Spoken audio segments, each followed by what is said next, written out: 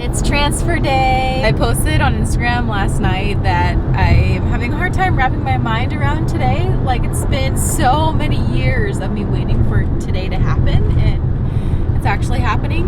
So I am very excited. I'm nervous. I'm happy. I'm feeling all the feels, mostly positive vibes. I'm just a little bit nervous. This guy is still recovering from COVID, but luckily we're not hitting traffic yet. Oh yeah, it's rattling. Sunglasses. Annoying. So hopefully I'll see you in there. I don't know if they're gonna let me film anything, but if anything, maybe I can get some little clips on my cell phone and then put those together for you guys. So thank you so much for all of your guys' love and support. As always, let transfer day begin.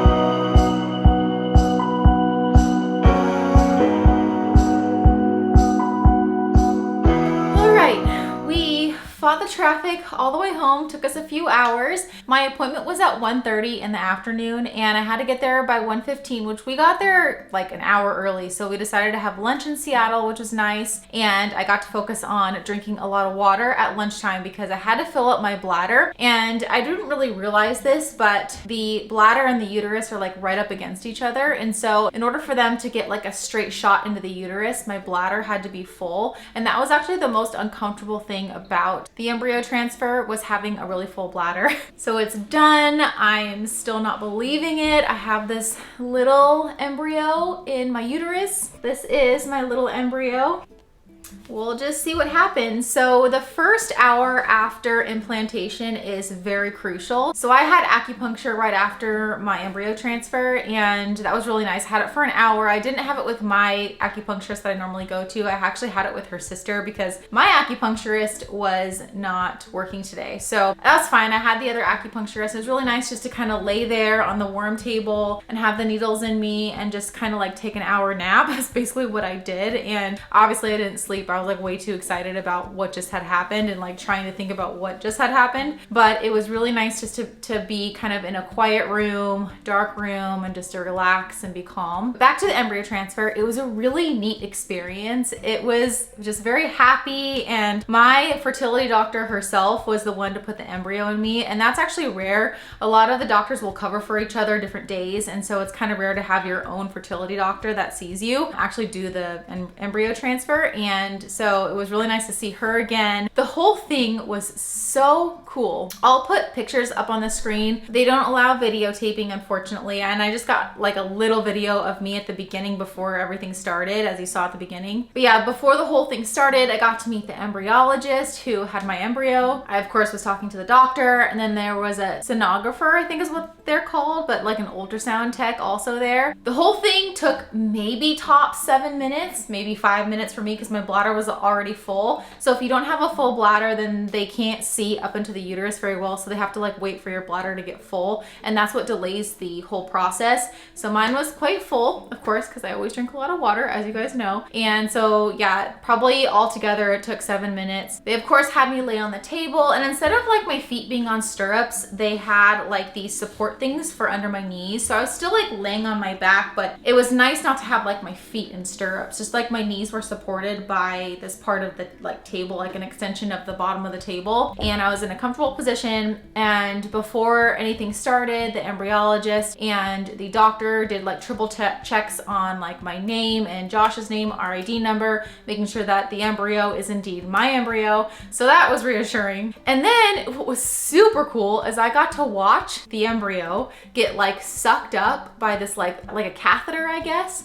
And so I got to watch it live on the screen as the embryologist was doing that. And then of course they hand it off to my doctor, who then puts it up my vagina in a very specific spot in the uterus and then lets it go and then pulls the catheter out. And also what they do is they check to make sure like that the embryo was put in me, making sure that the embryo wasn't stuck in the catheter, because it's so small that like they just want to triple check that the embryo actually got into me. So after they did all that, that took like 2 minutes, it was all done. That was it. So it was so funny because yesterday at work I had to do my like big project presentation, which went well, by the way. I was just joking around with everybody because I was talking about my embryo transfer today and people were asking me about it, and I was like, you know what, it's just like medical sex. And people were like laughing at that because really, truly it is. It's a very controlled process of like intercourse basically. So it was not painful, just a little bit of pressure and just more uncomfortable because of my full bladder. But yeah, she had to go, of course, through the cervix, which was, I just kind of felt a tiny pinch, and then she let go of the embryo and then pulled out, and then that was it. So had the acupuncture, and then I guess the first 24 hours also is pretty important. So my goal is to just rest and not do any workouts. Maybe I'll go for a walk in the morning because I really like my morning walks, and try not to be too stressed because we are now furnishing that last unit in our fourplex because that family moved out finally, and it's 1,600 square feet. It's a lot to furnish, but when this family moved out, Josh and I were just walking through it right now, and it's so dirty, and there's a lot of wall damage, and there's carpet damage, and there's some floor damage. There's also, I probably could just put some elbow grease into it, but the stove is very dirty. It's like to the point of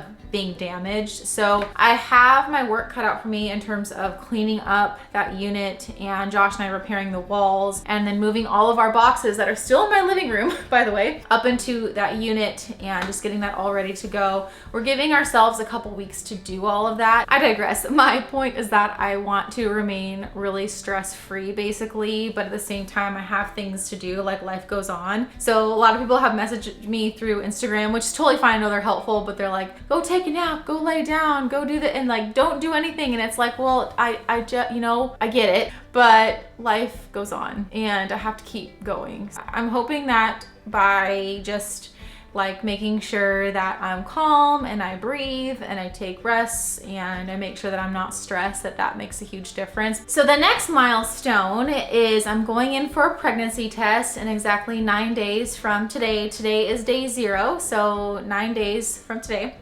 Which will put me around July 10th. I'm going in for a pregnancy test. They highly discourage me, actually they tell me not to do a home pregnancy test because of all the hormones I'm on, all those estrogen pills, all the progesterone, that the test is not that accurate, the home test. So I'll go in for a pregnancy blood draw around July 10th and see if I'm pregnant or not. If I am pregnant, then I'm not sure what happens after that. I don't know if they monitor me a little bit further, or then they release me and I have to go find my own like OBGYN. I'm not too sure what happens after July 10th if I'm still pregnant. If I'm not pregnant, then they have me stop all of my hormone medications and we start all over again. We do the whole like preparing for a frozen embryo transfer again, because I do have 2 more frozen embryos, and that's if I decide to do that. So just one day at a time. So far, I'm not feeling anything. When I was laying on the acupuncture table, I felt like couple little twitches in my lower abdomen, which I'm like, I don't know if that was in my head, but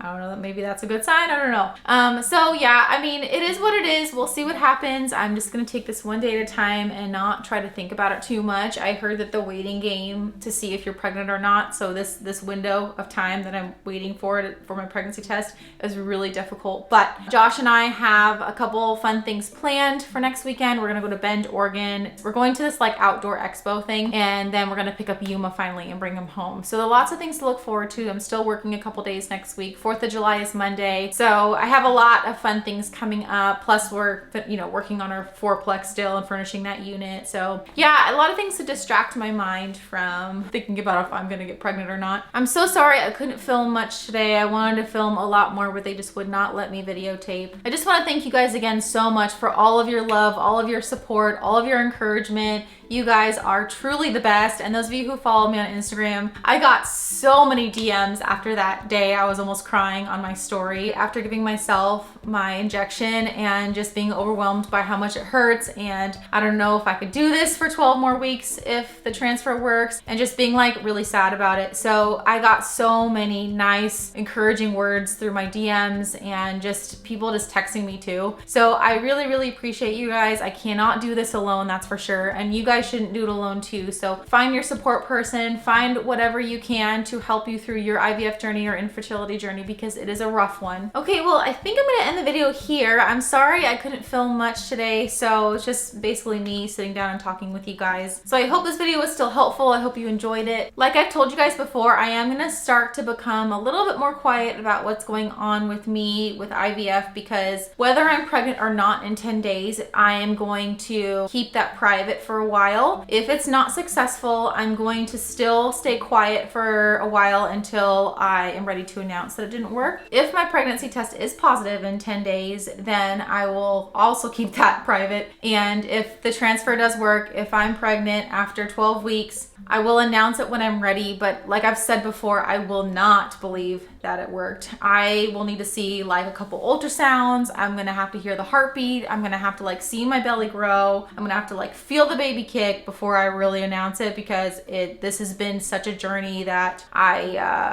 gonna have a hard time believing it. So I am gonna become a little bit more quiet, but I am still gonna make videos on IVF, informational videos, stuff on my Instagram. So keep following along if you're on the same road as I am. I'm very excited for my future videos on here. I'm gonna do a little bit more grocery hauls and food stuff, recipes. I'm such a foodie. But yeah, please start commenting down below like what you want to see from me that maybe isn't so much IVF related. I can do like fertility stuff still. So now I'm going to be kind of shifting gears and focusing my videos more on like health, lifestyle, stuff like that. So please let me know what you want to see from me. If you want to see more days in my life, you want to see more Yuma. All right, give this video a thumbs up if you liked it, because it really does help support my channel. Again, thank you from the bottom of my heart. And you know the drill. Always remember to be kind to yourself.